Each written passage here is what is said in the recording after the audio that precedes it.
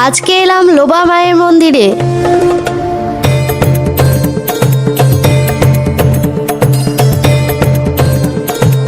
Hey guys, সকাল সকাল ready হয়ে বেরিয়ে পড়লাম লোবা মায়ের মন্দিরে যাওয়ার জন্য। প্রথমে চলে এলাম বাজারে পুজো জিনিস কেনার জন্য। 2 থেকে 3 বছর হয়ে গেল এই পুজো দেওয়ার মানসিক আছে। ফাইনালি আজকে আমরা যাচ্ছি লোবার মায়ের মন্দিরের কাছে পুজো দিতে। পুজোর সমস্ত জিনিস কিনে বেরিয়ে গেলাম আমরা বাজার থেকে। আর যেতে যেতে হাতমপুরের কালী মায়ের দর্শন হয়ে গেল।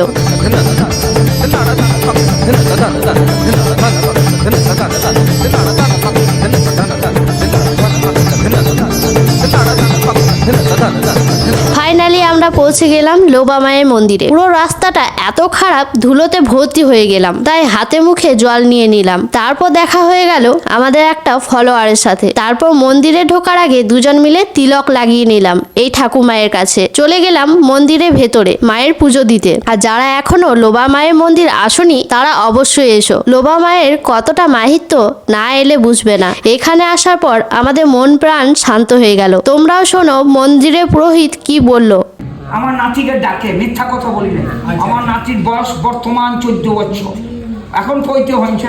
আমার নাতিকে ডাকবে আর বলবে, এ রাজ, দাদু দাদু তোমার কালো বিচি ডাকছে আমাকে। মিথ্যা কথা বলি না।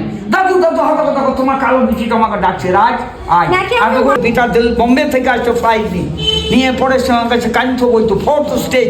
সেই মহিলা জিরো, নো ক্যান্সার, বর্তমানে চিকিৎসাধীন।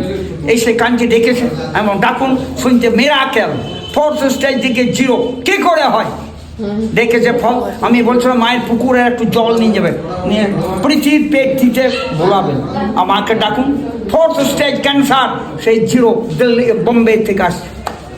আমাদের পুজো দেওয়া কমপ্লিট। মাকে প্রণাম করে বেরিয়ে গেলাম। এবার যাব আমরা যেখানে মাকে বিসর্জন করে ওই পুকুরটাতে। এই ঘাটে ঘটে যাওয়া মায়ের কিছু অলৌকিক ঘটনা তোমাদের বলি। একজন শাখাহারি পুকুর পাড়ে শাখা নেবে শাখা বলতে বলতে যাচ্ছিল। তখন মা এক নারী রূপ ধরে সেই পুকুরে স্নান করছিল। তখন সেই শাখাহারিকে মা ডেকে বলেন, দাঁড়াও শাখাহারি, আমি শাখা পরবো। সেই শাখাহারি মাকে শাখা পরায়। তারপর মা বলে, মন্দিরে যাও, সেই মন্দিরে আমার বাবা আছে, গিয়ে বলো ঈশান কোণে আমার টাকা আছে দিতে। সেই শাখাহারি যায় লোবা মায়ের মন্দিরে, গিয়ে পুরোহিত মশাইকে বলে, আপনার মেয়ে আমার কাছে শাখা পড়েছে, ঈশান কোণে টাকা আছে দিতে বলল। তখন পুরোহিত বলেন, আমার তো কোনো মেয়ে নেই। তখন পুরোহিত মশাই বুঝতে পারে আর বলে, তুমি কার কথা বলছো, চলো নিয়ে চলো, দেখি আমার মেয়েকে। শাখাহারি পুরোহিত মশাইকে নিয়ে যায় সেই ঘাটে।